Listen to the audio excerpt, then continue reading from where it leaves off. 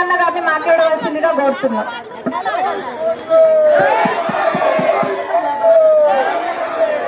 సభకు నమస్కారం. వాల్యూమ్ పెంచుకోమ్మా. ఈ నెల 11వ తారీఖు జరుగు తొర్రూరు మున్సిపల్ ఎన్నికల్లో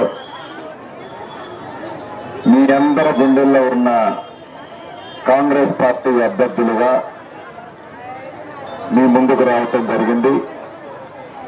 3వ వార్డు, 4వ వార్డు, 5వ వార్డు, 6వ వార్డు నుంచి కాంగ్రెస్ పార్టీ అభ్యర్థులు ఈ వేదిక మీద ఉన్నారు.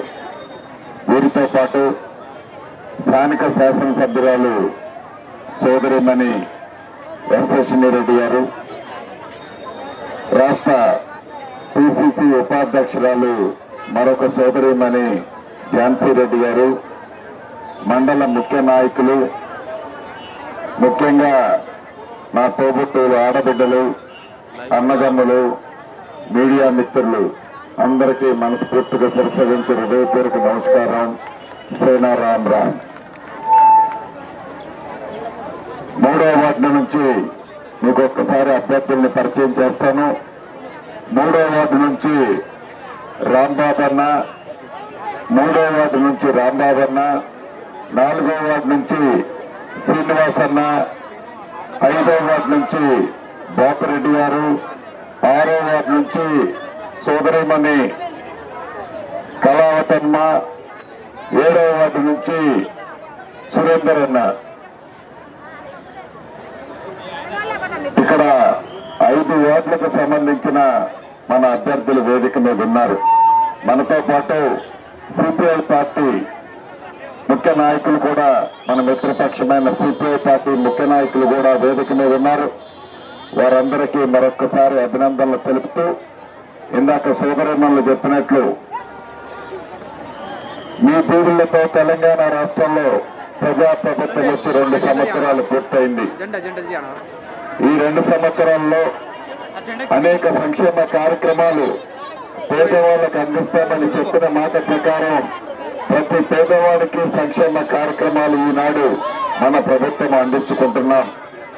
దాంట్లో భాగమే కొంతమంది పేదవాళ్ళకి, కొంతమంది నిరుపేదలకి ఇళ్ల స్థలాలు లేవు, ఇళ్ల స్థలాలు ఇవ్వాల్సిన అవసరం కూడా ఉందని గౌరవ శాసనసభ్యురాలు సోదరిమని అడిగారు.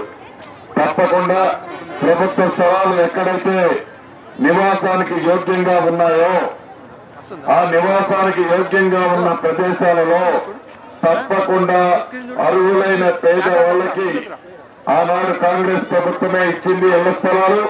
మళ్లీ ఇళ్ల స్థలాలు ఇచ్చే బాధ్యత రెవెన్యూ శాఖ మంత్రిగా నాదే. ఇల్లు ఇస్తాను, ఇళ్ల స్థలాలు కూడా ఇచ్చే బాధ్యత ఆ శాఖ మంత్రిగా నాదే. అంతేకాదు, ఇందాక పెద్దలు చెప్పారు, సిపిఐ సోదరులు చెప్పారు, సోదరిమణులు చెప్పారు, ఇంకా ప్రగతికరలేక అంటున్నారు. ఇల్లు మేమే ఇస్తాము, ఇళ్ల స్థలాలు మేమే ఇస్తాము, కమ్యూనిటీ వాళ్ళు మేమే కట్టిస్తాము, గుళ్ళు మేమే కట్టిస్తాము, బళ్ళు మేమే కట్టిస్తామని ఇంకా దొరపోకడితో అదే ఆలోచనలో వాళ్ళు మాట్లాడుతున్నారు. ఎలా మీరు కట్టిస్తారు? ఎలా మీరు కట్టిస్తారు? మీరు శాసనసభ్యులా, పార్లమెంటు సభ్యులా, మంత్రినా, ముఖ్యమంత్రినా? మంత్రి మావాడు, శాసనసభ్యులు మావాళ్ళు, పార్లమెంటు సభ్యులు మావాళ్ళు, ముఖ్యమంత్రి మావాళ్ళు. నువ్వు ఎలా కట్టిస్తావు? ఎక్కడి నుంచి తెచ్చి కట్టిస్తావు?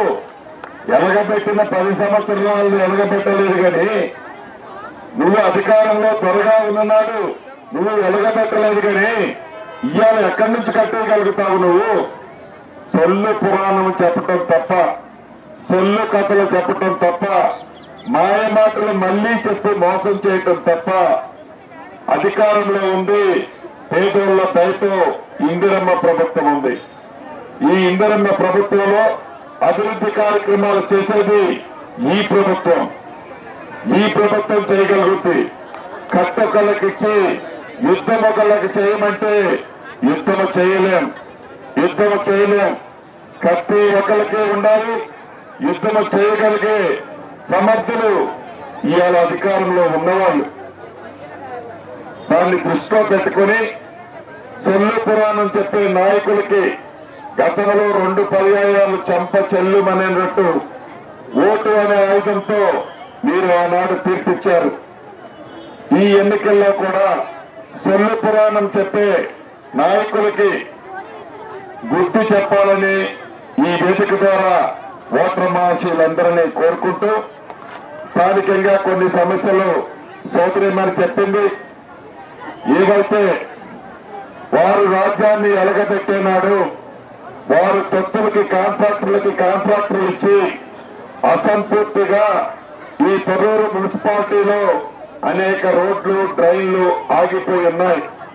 అది మీరు చేసిన నిర్వాహకము. దాన్ని ఈ ప్రభుత్వంలో శాంక్షన్ చేశాం.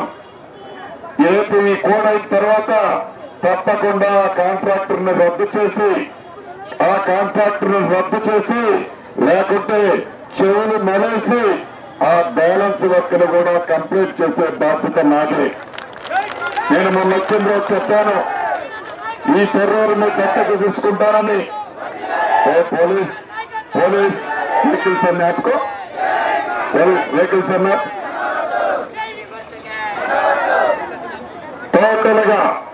టోటల్ గా ఏదైతే వర్కులు ఉన్నాయో, ఆనాటి బినామీ కాంట్రాక్టర్లు ఉన్నారో చెవులు మలేసి ఈ ఎలక్షన్ కోడ్ అయిన తర్వాత పైనైనా చేపిస్తాము, లేకుంటే వారిని ఇంటికైనా సాగనంపుతాము. ఆ బాధ్యత నాదే. రెండోది, అసంపూర్తిగా ఉన్న ఈ గడవ దగ్గర నిన్ను కూడా పూర్తి చేసి సంపూర్తిగా చెల్లు పురాణం చెప్పే నాయకులకి బుద్ధి చెప్పాలని నా కుటుంబ సభ్యులందరినీ పేరు పేరున అభ్యర్థిస్తూ జై కాంగ్రెస్ సౌండ్ రావాలన్నా. జై కాంగ్రెస్. అస్సాం గుర్తుకి. థ్యాంక్ యూ అన్నా.